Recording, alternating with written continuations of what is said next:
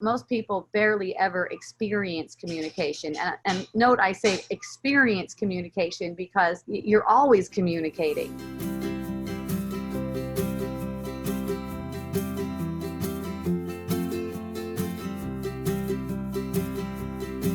What you're experiencing here on the surface layers of its perception, it's like painted over the actual communication, and it seemingly has effect, but really it has no effect. So the way I use my own energy, to go back to communicating rather than projecting, is just see where the blockages are. Just watch. It's just a watching. And in watching where the blockages are, there's also a mental component to that, and that's admitting that you don't know what's going on. Once you admit that you don't know for a while, you're gonna start to see what's going on. You're gonna actually start to see these energy plays.